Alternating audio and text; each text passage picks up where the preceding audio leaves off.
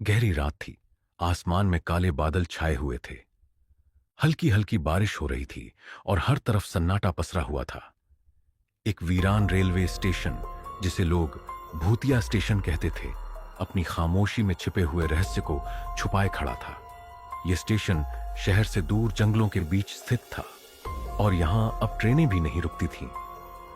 आसपास के गांवों में इस स्टेशन को लेकर कई डरावनी कहानियां प्रचलित थीं। कहते हैं कि इस स्टेशन पर आने वाले लोग वापस नहीं लौटते। रात के समय वहां से अजीबोगरीब आवाजें आती थीं।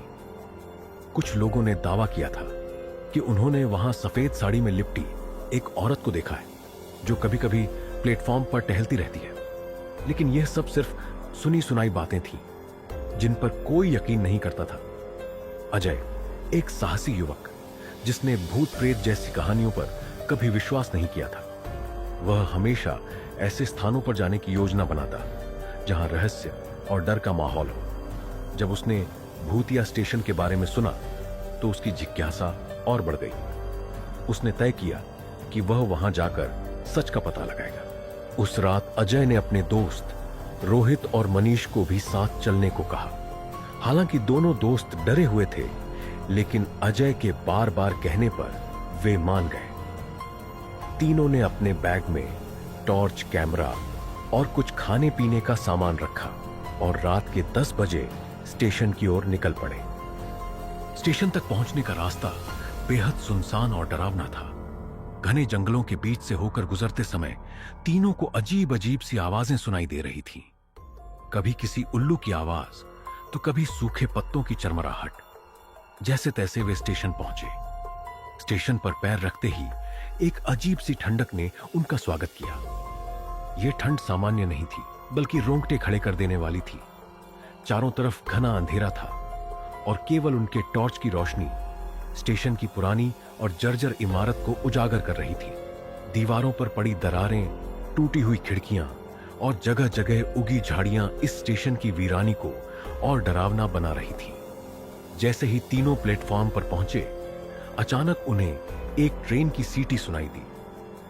वे चौंक गए, क्योंकि उन्हें बताया गया था कि इस स्टेशन पर पिछले कई सालों से कोई ट्रेन नहीं आती। जब उन्होंने पीछे मुड़कर देखा तो दूर से एक पुरानी ट्रेन आती दिखाई दी। ट्रेन की खिड़कियों से झांकते यात्रियों के चेहरे अजीब और भयावह लग रहे थे।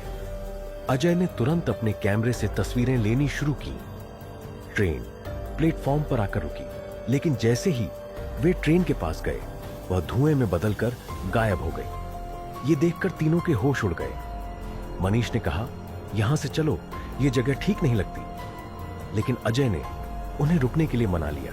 कुछ देर बाद जब तीनों स्टेशन के मुख्य भवन में गए तो वहां एक पुरानी बेंच पर एक औरत बैठी हुई दिखाई दी। वह सफेद साड़ी में थी और उसका चेहरा बालों से ढका हुआ था। अजय ने उससे बात करने की कोशिश की, लेकिन उसने कोई जवाब नहीं दिया। अचानक वह औरत उठी और धीमे कदमों से प्लेटफॉर्म की ओर चलने लगी। अजय ने उसका पीछा किया, लेकिन जैसे ही वह उसके करीब पहुंचा, वह औरत हवा में गायब हो गई। इसके बाद वहां जोरदार ठहाकों की आवाजें गूंजने लगीं। डरे सहमे तीनों स्टेशन के पुराने रिकॉर्ड रूम में घुस गए। वहां एक अलमारी में कई पुरानी फाइलें रखी थीं। उन फाइलों से उन्हें पता चला कि यह स्टेशन कई साल पहले एक बड़े हादसे का शिकार हुआ था। 1950 के दशक में इस स्टेशन पर एक ट्रेन का भयानक एक्सीडेंट हुआ था। ट्रेन के डिब्बे पटरी से उतरकर जंगल में गिर गए थे और उसमें सैकड़ों लोग मारे गए थे। मरने वालों में ज्यादातर महिलाएं और बच्चे थे। उन फाइलों में यह भी लिखा था कि उस हादसे के बाद से स्टेशन पर अजीब घटनाएं होने लगी। कई रेलवे कर्मचारियों ने यहां काम करने से इनकार कर दिया और धीरे धीरे यह स्टेशन बंद हो गया। जैसे ही तीनों वहां से निकलने की कोशिश करने लगे, दरवाजे अपने आप बंद हो गए। कमरे में अचानक ठंडी हवा चलने लगी और चारों तरफ से डरावनी आवाजें आने लगी। फाइलों में रखे कागज हवा में उड़ने लगे और एक खून से सने हाथ का निशान दीवार पर उभर आया। अजय ने हिम्मत दिखाने की कोशिश की, लेकिन अब मनीष और रोहित की चीखें निकल रही थीं। तभी अचानक उस सफेद साड़ी वाली औरत फिर से प्रकट हुई। उसने अपना चेहरा उठाया और उसका चेहरा देखकर तीनों की चीखें गूंज उठी। उसका चेहरा जला हुआ और बेहद डरावना था। वह औरत धीरे धीरे उनकी तरफ बढ़ने लगी। मनीष डर के मारे बेहोश हो गया।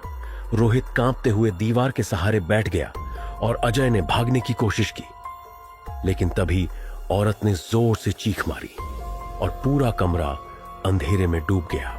सुबह जब स्टेशन मास्टर वहां आया तो उसने देखा कि अजय, रोहित और मनीष प्लेटफॉर्म पर बेहोश पड़े थे। तीनों को अस्पताल ले जाया गया। होश में आने के बाद तीनों ने जो कहानी सुनाई उसे सुनकर गांव वाले दंग रह गए। उस घटना के बाद से अजय ने कभी किसी भूतिया जगह पर जाने की हिम्मत नहीं की, लेकिन भूतिया स्टेशन की कहानी अब और भी डरावनी हो गई थी। लोग कहते हैं कि उस सफेद साड़ी वाली औरत की आत्मा आज भी वहां भटकती है, अपनी मौत का बदला लेने के लिए। भूतिया स्टेशन की यह कहानी आज भी लोगों के बीच चर्चा का विषय है। जो भी उस स्टेशन के पास जाता है वह अजीब और खौफनाक अनुभवों के साथ लौटता है। कहते हैं वहां की आत्माएं अभी भी अपने दुख और गुस्से को लेकर भटक रही हैं। क्या आप उस स्टेशन पर जाने की हिम्मत करेंगे?